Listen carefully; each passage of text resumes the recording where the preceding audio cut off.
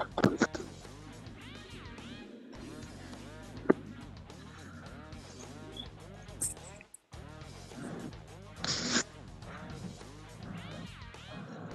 morning, everybody. Welcome to the Hardcore Mortgage Real Estate Business Podcast. Today is Wednesday, November 16, 2022. Podcast brought to you by Capital Mortgage Funding, powered by Fairway Independent Mortgage Corporation, equal housing lender. MLS number is 2289. Yes, with me this morning, we have a great podcast. We're going to talk about all things stock market, real estate market, home inventory, number of buyers out there, inflation, home prices specifically, interest rates, outlook, everything like that. But with me first, we have Lisa Lawson. Good morning, Lisa. Morning, everybody. Hi. John Cole, Mr. John Cole. Good morning, John. Good morning, everyone. And Harvey Freed. Good morning, Harvey. Hello, everybody. Hopefully Becky Elliott will be joining us, but if not, I went to an event that Becky threw yesterday downtown at the Garden Theater on Woodward in Detroit. It was a fantastic venue. Becky was awesome on a panel. We'll fire up some pictures on our Facebook page of the event. Also going to talk about some current events today, everybody. And Lisa, I'm going to start off with you. We had a little rally last week in the stock market and the bond market and everything like that. I will say we used to give every week on the Hardcore Mortgage Real Estate Business Show a stock market and a current events market update. And the market today is about a little over 33,000, about 33.5. It's down. It opened up down 11 today. But I will say on a 52-week basis, the high was almost 37,000. The low was 28,660. So we've climbed back almost a little bit over the midway point, Lisa. And when the stock market's going well and the economy starts to come back, it directly affects the real estate market. Because Lisa, as you know, having been in this business for a very, very long time, the way people feel about their job, the way they feel about the state of the economy, and we all know, everybody, if you read the newspaper every day, everybody's going to tell you that the economy's in the dumper, that, hey, all negative. But really right now, Lisa, the real estate market, there's no shortage of buyers. What there is a shortage of home inventory. Well, let's talk about your buyer's experience right now. You and I have something going right now where there's a buyer still willing to pay $50,000 over asking. Yeah, I mean, there's still definitely a shortage, especially in some specific communities. There are some communities where that's not the case. Places that are really desirable, Birmingham, Troy, those places sometimes still have this shortage, and people are willing to pay more than the home currently appraised for. Now, that sometimes means it's because the home was put on the market at an asking price that was probably higher than current value, because there's still a lot of sellers out there trying to cash in on the frenzy, right? And so maybe their house is worth, we'll just use round numbers, 500,000. They're going to list it for 529 because they just want to see what they can get, right? They're just going to throw it out there, and someone might bid 515 because they really love the home, but the appraisal is going to come in at 500. So sometimes it's that scenario. Other scenarios, it's not the case. The house is priced right in the market and people are just kind of going crazy. So you have to be willing to play the game and understand what the game is and making sure that you're comfortable with the numbers. The reality is it's more than okay to pay 15,000 more than asking. If you've got the money, it's the home of your dreams. You're going to make it into a home. You're not looking at it from an investment standpoint. You're looking at this from a life standpoint, right? This is going to be your house where you and your family spend time. So nothing's wrong with that. And it's definitely still happening in quite a few areas. Yeah, I appreciate that, Lisa. And Harvey, you were in real estate offices yesterday. Tell me what was the temperature like? What was the vibe like in the real estate offices that you hit yesterday? Tell us a little bit about what you experienced yesterday going into the real estate offices that you go in. Really, nothing's changed, Gary. Boy, those experienced real estate agents, it always feels different when you're sitting down with them, when you see what they've got going on. Their teams are busy. They're prospecting on the phones. They're writing a lot of purchase agreements. They are working with buyers and sellers and trying to get as many transactions accomplished this year. Again, we think, and of course, we have some further information I know you'll be sharing after that seminar we did yesterday, the corporate thing. Things are so positive for look at in the outlook for 2023, and it has to do truly with the amount of buyers that are going to be out there and the lack of inventory. So housing, we really are confident that 2023 can be a lot better year and a little bit more stable. You know, John, I was at the seminar yesterday, and it kind of reminded me of talks that we've had. There are real estate realtors out there, real estate professionals that are experienced. They're going to go ahead with their marketing. They're going to go out with their cold calling, their prospecting, everything. And John, just like loan officers, there are going to be loan officers that go out in the real estate office. They're going to do their prospecting, but there are going to be some that aren't going to do cold calls. They're just not going to do it. And my feeling is those who do the cold calls, those who do the prospecting, those that are out there in the industry are going to make it. And those that don't, well, they're going to get what they get right now, because let's face it, 2020, 2021 in the real estate industry and the mortgage banking industry, they were fantasy years. We are wiping those out of our memory banks. I know that I am. It wasn't real. But those who put in the work now, John, in the real estate industry, and you've got realtors that are working hard, that they're going to make it through, right? Yeah, I mean, it's. I was in a real estate office yesterday and got to meet with the realtors team, and we talked about how experience matters. And both she and I have double-digit years in this industry, and experience matters about products and having to get through a market like this. And what do you do to Audible to adjust to make sure that you're benefiting your clients and doing all the right things? And it's no time to freak out. Make sure you just get out there, build your relationships, and do what you always do. We just got done with the closing here a little bit ago, and I was sitting across the table from the seller. The seller was having the house professionally cleaned. She replaced the light bulbs that were out, batteries in fire alarms that were out, and just did all. And an older woman too, did all the things you're supposed to do. And I said to my buyer, I said, you take note of this. This. You won't see this on every seller. This is the way it's supposed to be. This is the way you're supposed to treat a transaction. And that seller, good for her. She loved the home. She had lived there for over 50 years. And she just wanted it to be up to snuff for the new buyer. So do what you're supposed to do and stop dicking around. Hey, isn't it amazing, John, Lisa, Harvey, that people want to get extra credit and notoriety and get built up for the things that they're supposed to do in life? I never could understand that. So here's John's example, the seller getting the house ready and doing what they're supposed to do. Like you wouldn't leave a house messy for somebody. You would clean it up. You want to put your best foot forward.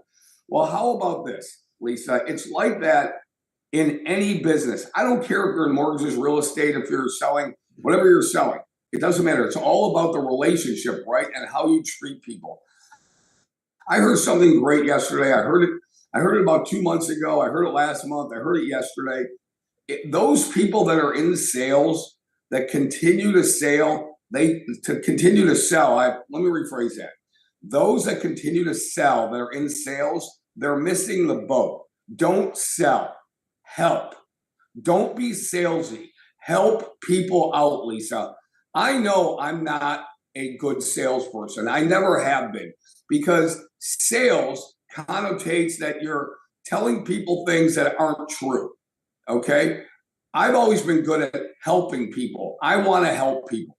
And it was driven home to me that we don't sell in our industry. We help people. We help people get into homes via what we do for a living. And that is we finance homes to help people achieve buying that home. And let's talk about your buyers that you're working with right now. You still have a number of buyers that you're working with. It doesn't seem that buyers are going away. It seems actually the buyers are coming back into the market, Lisa. Yeah, I think a few of these people have taken heed, and we said I mentioned it a couple months ago, I mentioned it last month, this is a little bit of a pocket here where the prices have stabilized. Like I said, there's a few communities where that still might be a little crazy, but that's not the case over every community. A lot of the other communities, we've got major stabilization, and this is the opportunity now that rates have kind of calmed down and they're not skyrocketing out of control on a daily basis, and prices aren't to get into the house that you want to get into. You may have had to overpay for a house previously. You may have had to pay thousands over asking, and right now you can get homes in St. Clair Shores and other communities for a very, very competitive price, not have to pay over asking. Sometimes you're even being able to negotiate concessions, meaning the seller can pay for some of your cost. And so I think a lot of the first-time home buyers that were scared a year ago when everything was so crazy are now coming back into the market, and they should be very well, pretty surprised about how much easier it is. They're not going to have to make 12 offers to get one accepted. Yeah, I think that's true. And Harvey, talk about the vibe, talk about the attitude and the pep in the step. You just had some great purchase transactions closed. What was the feeling when you were at the closing and you heard that they bought the house and they were buyers that you've been working with for a long time, right? Exciting. It's funny. A couple of the first-time home buyers I'm working with, they're not buying 200-300s. I've got some married couples, and they are looking for maybe closer to their forever home. They feel like this is a great opportunity, and I think that's really the key word is opportunity. Is there's a few less buyers out there as we get into the holiday season. The interest rates in September, October scared some folks away. We see them dropping a little bit recently, and that's bringing the smarter buyers out. They're coming in with an aggressive offer. Again, we're not seeing that 40, 50,000. They're coming in at asking price and they're getting the house they want. They're also having that extra time here, as you mentioned, to go out there and do their due diligence. And that gives you confidence. The whole thing with home ownership is it's a roof over your head. You want to know that you're making a sound purchase. You want to think that one day you might be able to sell it and get some money out of it. And more importantly, that's affordable and it's not a money pit. And it's all about building the confidence up with these first-time home buyers. So again, whether they're buying a $250 starter home or they're looking at a $500,000, $600,000, $800,000 home, that nothing is better than that feeling when these buyers are confident and they're confident. And that's what we're always pushing that. The mortgage show, the podcast we do, educating buyers. So again, get out there. If your family members are looking at buying houses, have them sit down with this the old-fashioned way or do a FaceTime call. It's really fun and exciting for us to engage in first-time home buyers and get them all pumped up about their purchase. Yeah, this is the Hardcore Mortgage Real Estate Business Podcast for Wednesday, November 16th, 2022, brought to you by Capital Mortgage Funding, powered by Fairway Independent Mortgage Corporation. With us also to just join us, Becky Alley. Good morning, Becky. Hey, what's going on, everyone? Sorry, I was finishing up a call with a client. It ran a little bit over. Hey, it happens. Real life happens. We're doing business every day, and we appreciate you joining us. So everybody out there, I think there's a misnomer. People, the only thing that they talk about when they first meet us and they say, hey, Harry, what are interest rates, right? Hi, Lisa, what are interest rates? Hi, Becky, what are interest rates? John, what are the rates going to do? Harvey, where are the rates going to go in 2023? Rates. People want to talk about rates, but they don't really know what drives rates. People don't know. So here's a quick lesson. What drives rates is not the bond market. It's not the stock market. It's not what's going on in Russia. Okay. What drives rates is inflation. Inflation dictates what interest rates are going to be. Inflation goes up, rates go up. Inflation comes down, rates go down. All you have to do is follow inflation historically, and you'll see what happened in the 80s. Inflation was double digits, rates went up crazy double digits. You saw like at the end of the 90s, early 2000s, you saw what inflation did. Inflation went up, rates went up. We're in the same cycle right now. So when anybody wants to talk about rates, all they have to do is understand the rule of inflation, and inflation dictates it. And what is inflation? Inflation is when people are out there spending more money on goods and services and creating a demand where the demand is outweighing the supply, which lifts up the inflation rate. So that's what we're in right now. Now, what happened last week is that maybe they came out and said inflation is starting to, John Kolb, I'm going to go to you on this, starting to come a little bit under control. But then what happened this morning?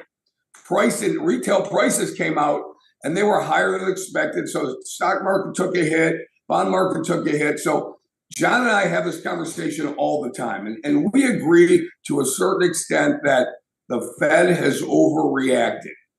I was at a seminar last week. There were a lot of economists there. There was an industry economist there named Barry Habib. Barry was a loan officer, reinvented himself into a market predictor, has all these followers all around the country. And Barry came up to me and said, hey, Harry, what do you think the market's going to do in 2023? John, here's what I told him. I said that the Fed is going to raise rates in December 2022 and then have at least 2 more rate hikes in 2023 before second quarter. Barry shook his head. He said, yeah, but I can't go on stage and tell everybody that. And I said, okay, well, you do you, I'll do me. John, let's talk about where we think interest rates are going to be and why does that matter? Or maybe it doesn't matter. Well, I think it matters because, like you said, Harry, the Fed's been doing everything the wrong way. They've been following what everything's been done in the historicals, and the historicals haven't worked, and they're doing it again. They did it in '81, they did it in 2008, and they're doing it now. That's because they can't think for themselves. But that's okay. I'm out there to make this a little bit confrontational, Lisa, and I think the Fed will stop bumping interest rates after this year, after 2023. After 2022, and we'll start to see rates even out and come back down, kind of like Barry had discussed a little bit. But that's my personal opinion. I'm sticking to it, and I think that that you're right, Harry. It does follow inflation, and inflation is starting to come back down and down and down and down, and we're going to start to see rates come down due to that as well.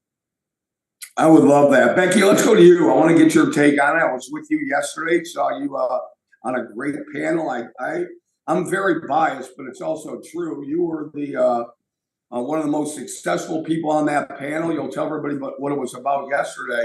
And my feeling is that sharing the knowledge that we have for people that really don't understand mortgages, real estate is paramount to what we need to do. Continuing educating. You were on a panel with 8 other people, and clearly, Becky, and I know people are going to get mad at me because they're going to see this podcast or not. They're going to hear me say how great you were yesterday and educational. I just thought you blew the whole room away. I really appreciate that. Excuse me. I got a lot of positive feedback afterwards, even from just people that don't really understand mortgages or real estate, and just said that I even motivated them from a personal standpoint because I was a little bit transparent on like earlier stages in my career and things like that. But it was very informative. And a lot of it was about, being around the right people, right? The right like-minded individuals. And that seemed to be like the common theme as far as what's going to help people succeed. But there still needs to be a clear path to not only having real estate agents being educated on how to survive in this market and adapt, but the biggest thing is that the clients cannot get overlooked in all this. So you can pour and pour and pour into the real estate agents, but if the real estate agents are not in turn advocating properly for our clients, and they're getting hooked up with the wrong mortgage company, because we are the first conversations with people, or we need to be, and sometimes we're the second. And that's where I feel like some of our consumers, they get that disservice or they get frustrated because they really don't understand the proper steps that are needed for home ownership. Yeah, Lisa Lawson, let's talk about that. You're a relationship person. You specifically, and we call you the Google in our office, and we appreciate you, all the knowledge that you bring. But I think it really helps when you're dealing with first-time home buyers, Lisa, and you touched upon that. And I also want you to talk about first-time home buyer programs, specifically MSHDA, and what's going on in that market right now. So I think it's important, especially for first-time home buyers, to work with a team that they can trust and knows that they have best interest at heart. There's a lot of people out there, and they always say, go with what you know. And I think that's so important because that we'll do your due diligence. If someone's recommended us, it's because we've already done good for them. We're going to do the same for you. And I think that is number one. You need to have somebody in your corner as a first-time home buyer. Too many times, first-time home buyers kind of get a little bit lost in the shuffle. I've had first-time home buyers go to a listing, fall in love with the house, decide to make an offer with the listing agent, and it doesn't realize the listing agent represents the seller, doesn't have their best interest. So, always make sure you're working with professionals that understand your needs, that's going to explain everything you want to know along the way, and has your interest as the buyer at heart. And in regards to first-time home buyer programs, yes, MSHDA is a phenomenal program, still out there for first-time home buyers. You also can be a repeat home buyer if you're buying in very specific areas. So you don't always have to be a first-time home buyer. Rates are super competitive. If you need down payment assistance, it's at 6.5% right now. If you don't need assistance, then it's at a 6 flat. But, you know, in addition to MSHDA, there's other down payment assistance programs out there that we utilize and have available, including the Chenoa Fund, which is a great one. So just because you might not qualify for MSHDA because it is income capped, you may qualify for Chenoa because those income caps are much higher. And there's other programs out there. So don't think just because you don't have a ton of money saved or you don't have, you know, they're 20% or you only have the 3.5, you don't have enough for closing, that you still have to wait. You could be ready to go now and stop renting or living with mom and I dad. agree. The situation is. There's no time like now, Harvey Freed. I mean, advice to people. Let's go around the horn. Start with you, Harvey, because we are running up against the noon hour. Harvey, my advice to people is don't wait. Don't wait. I bought a house. Rates were 12 3/4. Rates. It doesn't matter. And I've heard this saying. I don't know that I like it or not. It's kind of cliche. You know, marry the house, date the rate. I mean, whatever that means, that means. It just means that when rates come down, we can go ahead and refinance you. I don't like the weird cliche saying. It's just too cheesy, salesy for me. But that's just me. I would tell you this, that we're not gonna sell anybody. We're gonna help people out. And Harvey, when you're talking to people about interest rates, there's no guarantee that in 3 years, like one lender, within 3 years, you're gonna be able to refinance it. I will tell you that we always keep your information. We will always keep you updated, and we will always do the best for you. Right, Harvey? Yeah, Harry, there's so much knowledge that goes involved in a mortgage. No shock, by the way, Harry, that Becky Ellie was the best one on the stage last night. That's a guarantee. She's also does a great job on the radio show that we do every Saturday. Look, you either know or you don't know. Experience is the key. We're experienced lenders. Working with Transaction Now, again, instead of going 5% down, it's 3% down. It's Freddie Mac Home Possible, lower PMI. He took a simple class last night. The other broker in town has no clue of the program. We can tell by their NMLS number in most cases. Now, not everybody out there who's new doesn't know, but the top 10% of lenders is who you got to team up with. You got to get with their team, and then you really know what you're looking at. Again, pulling some documents this morning, I find out the house is not even homesteaded. The buyer had no idea what that meant. So professionalism in our industry is still a key. And Harry, the opportunity out there, we just hope, as you mentioned, the opportunity is now. Get out there, get your team together, call us. If we can help you, great, or we'll point you in the right direction. I appreciate that, Harvey. John Cole. Yeah, I mean, like Harvey said, experience matters. Make sure you're dealing with people who know what's going on in the industry, who have been through it before, or at least have somebody on their back that has been through it before, because, you know, you need to know what to do in situations. Not every situation is always the same. And so make sure you're just putting yourself together with somebody like us at Capital Mortgage Funding and the realtors that we partner up with. I appreciate you, John. Becky Ellie. Okay, well, something that you said earlier was like when people are talking about the rates, and when people ask me about the rates, I just tell them I don't really care what the rates are because you can't control them. What you can control is a house you can afford, whether you're renting or not, if the payment makes sense, does buying make sense for you, right? It has nothing to do with the interest rates, because if you're renting and you can afford your own house, you need to do it. When is the best time to buy? When it works for you. Maybe renting is the best option, and that's okay too. The point of the pre-approval is it's free. We develop a roadmap for you and we educate you throughout the process. So whether that's now or in 5 years from now, that is the point of it. And if you're not getting pre-approved properly, you need to reevaluate that. But again, the problem is that people don't know that they're not being properly pre-approved. And sometimes lenders, they are trying to sell vanilla when that client needs chocolate. We are a lender that has a plethora of programs that can be curtailed specifically to what the client needs. And that needs to be well said and well spoken on all fronts, because everyone's situation is not cookie cutter. It's totally different, like Lisa mentioned. Yeah, I'm going to say this to you, Becky, John, Lisa, Harvey. I'm very confident in making the following statement. Over the last 30 years, I defy you to show me a lender in this area or nationally that has done more purchase transactions in the last 30 years than John Cole, Becky Ellie, Harry Glantz, Lisa Lawson, and Harvey Freed collectively.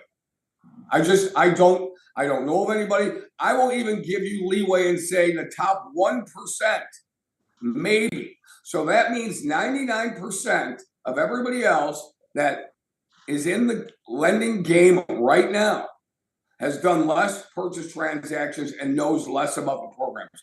That doesn't mean there isn't 1% that's tied with us that know. It just means, Lisa Lawson, and I'm gonna let you get the last word in, that if you're doing a home purchase, right, and you want to buy a home, if rates are whatever the rates are, if you're paying rent, Lisa Lawson, you're paying 100% of somebody else's mortgage, and you're not paying the 6, 7, 8% and gaining the equity, appreciation, home ownership, everything that comes with that purchase price, right?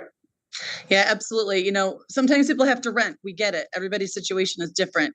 But if you have the ability to be a homeowner, it's investing in yourself and in your future, because every payment you make pays down that debt. Your home will eventually appreciate in value. And when you go to sell that property, you're going to be sitting on a chunk of change that you can use for whatever you want, including purchasing even a bigger home. So, you know, home ownership is not just, yeah, I got a house to live in, but it's building and investing in your own equity, in your own financial portfolio. So it's way more than just owning a house. And I think that, you know, that's why it's so important. I think that's why it's a goal of so many people, is to own a home. And we'll definitely do everything we can in our power to make that happen for anybody that comes to any of us. Yeah, I appreciate that. And one thing that I'm very lucky, I feel very lucky and privileged to work with you guys, John Cole, Becky Alley, Lisa Lawson, Harvey Freed, our entire staff at Capital Mortgage Funding every day, because I can tell you that we honestly put our best face and foot forward to serve all of our clients. Over the last 30 years, we've served hundreds of thousands of families, saved them millions of dollars, all by doing the right thing for them. And we'll continue to do so. This has been the Hardcore Mortgage Real Estate Business Podcast, produced and directed by Roberto Beauchene. He's in the booth. It's got the sun in my eyes there. He's so bright. Appreciate all of you. NMLS number 2289, Equal Housing Lender. We will be back on Saturday morning with the Hardcore Mortgage Real Estate Business Show, hosted by Harvey Freed, Lisa Lawson, John Kolb, and Becky Alley, 9 to 10 every Saturday morning, and we'll see you soon.